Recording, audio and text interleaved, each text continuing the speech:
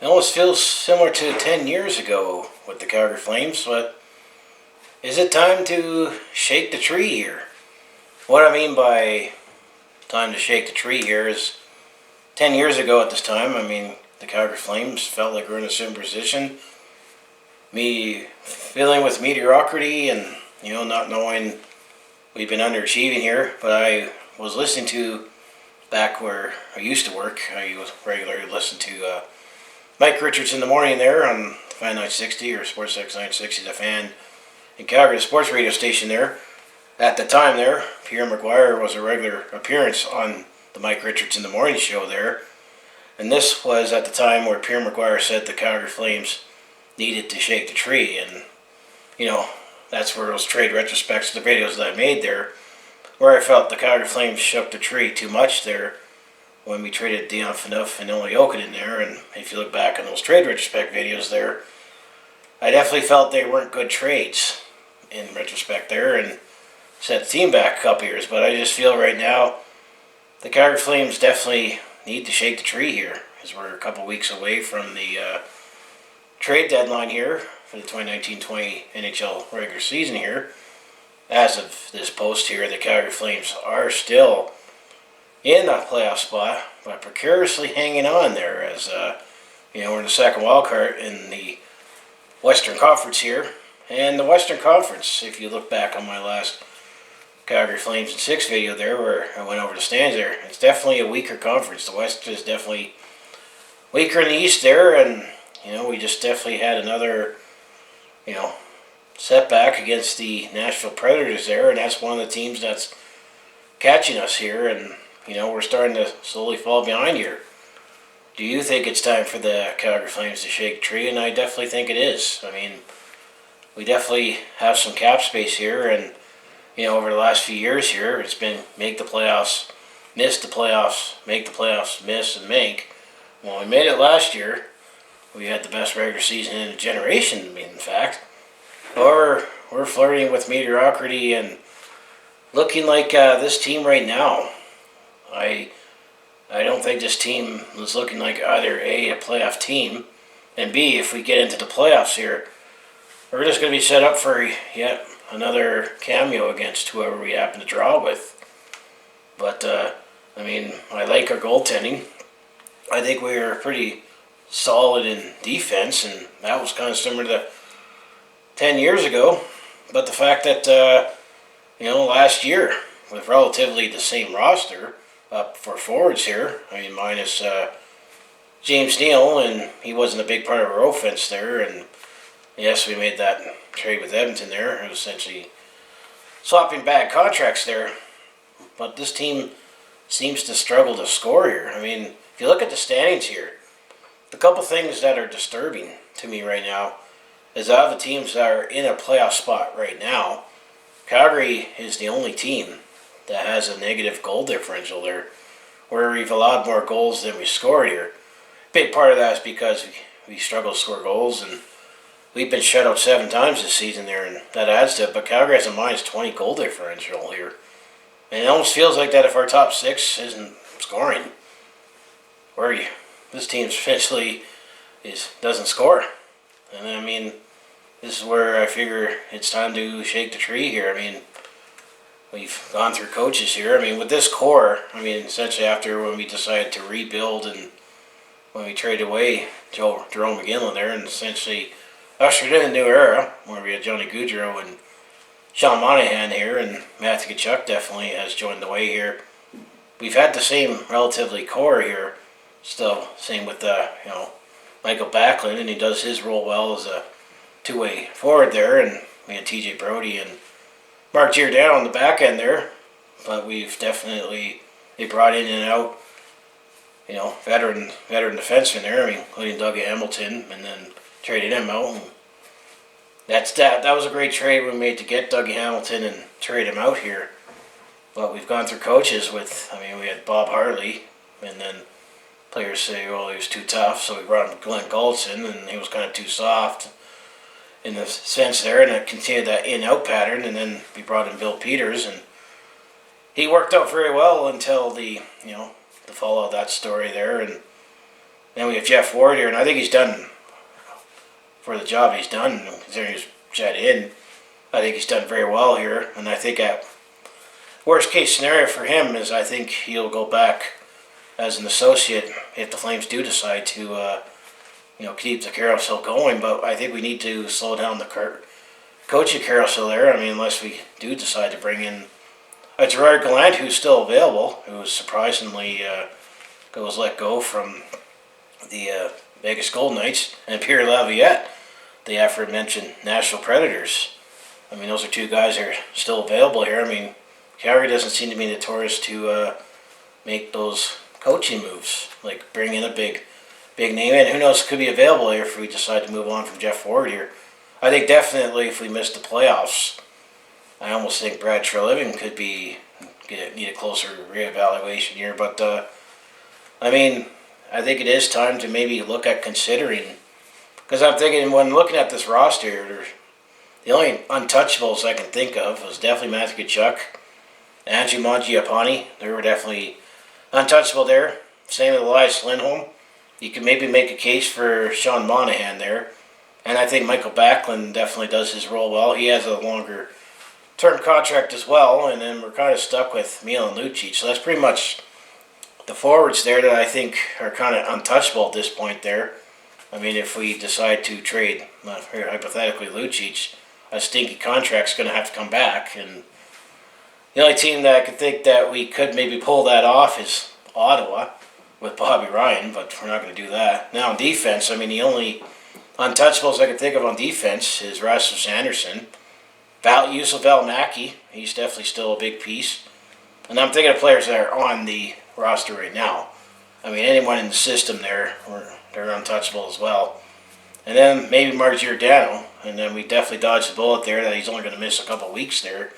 And I mean, I like our goaltending. I don't think our goaltending's been an issue with Dave Riddick and Cam Talbot here, but not necessarily at the trade deadline unless the price is right here. But I think the Calgary Flames definitely need to consider, especially if we miss the playoffs ultimately, that we definitely need to look at possibly trading away. I mean, TJ Brodie is an unrestricted free agent after this season. Same with Travis Hamonic, and there's been speculation they could be available here. And I mean, if we were going to only keep one of them, I'm almost leaning towards Travis Hamonic over TJ Brodie here. But it seemed like crazy talk early in the season, but I actually would consider looking at seeing what we could get, potentially fetch for Johnny Gaudreau. I mean, he's definitely been struggling, and I mean, last season he had 99 points there, and this year he only has 14 goals and just meddling around 40 points there. I mean, seems like he'd be lucky to get 60 points and 20 goals at the pace he's at right now. He definitely would probably give us the best return potentially if we were to look at shopping around Johnny Gaudreau. But I mean, I definitely think we're getting pushed to the point here that it's definitely time to consider shaking the tree again here, minus the bad trades, because we definitely shook the tree too much 10 years ago with Dion Phaneuf trade and the Olli Jokinen trade. And then, I definitely gave my take on the Olli Jokinen trade in retrospect, how it just looked weird that we traded him away after finally, apparently if you read the Hockey Buzz, that Calgary was long after him, and then they finally got him. They only traded him away a year later, less than a year later. And then he just happened to sign back in free agency. That just looked weird, and that trade definitely made us worse off there. And then it was just a lot of roster turnover in a short time there. But, I mean, what do you feel? I mean, I'm definitely, we'll see how this road trip goes coming up here. But we're definitely, done the first week of February here. And, we're a couple weeks away from the trade deadline. I mean, we could still salvage this season, but we're looking like a team that's either is going to just miss the playoffs, or if we get in, we'll have another quick cameo with anyone, even anyone in the Pacific there, which is the ideal scenario. But do you think it's time to shake the tree, to quote Pierre Maguire from that Mike Richards in the Morning interview? Because he said that a couple weeks before those trades happened, and it just stuck with me. And I mean, the other last times that we've made bigger trades is when we decided it was time to rebuild. And when we traded Gillen and Bowmeister, and there weren't great trades in retrospect. And I'll eventually make trade retrospects on that when I get closer to the date. But yeah, I mean, this is kind of just my little rambling that this team, what the heck happened. I mean, the other thing that's also scary here too is now that we're in the first week of February, that's why I wanted to stress that here. The fact that the Calgary Flames, yes, the All-Star break happened in between here, but it's been over a month. Actually, it was the game against the Edmonton Oilers back in January 11th there.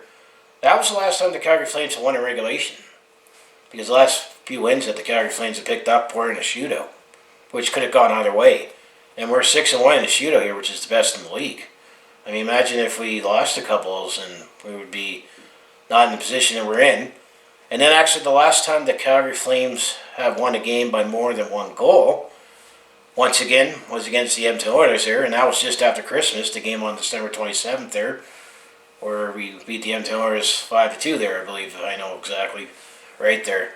So it's been over a month since we won in regulation, and it's been 6 weeks since we won a game by more than one goal here. I mean, these numbers are kind of disturbing, if you ask me, which gets back to the point here that I started here.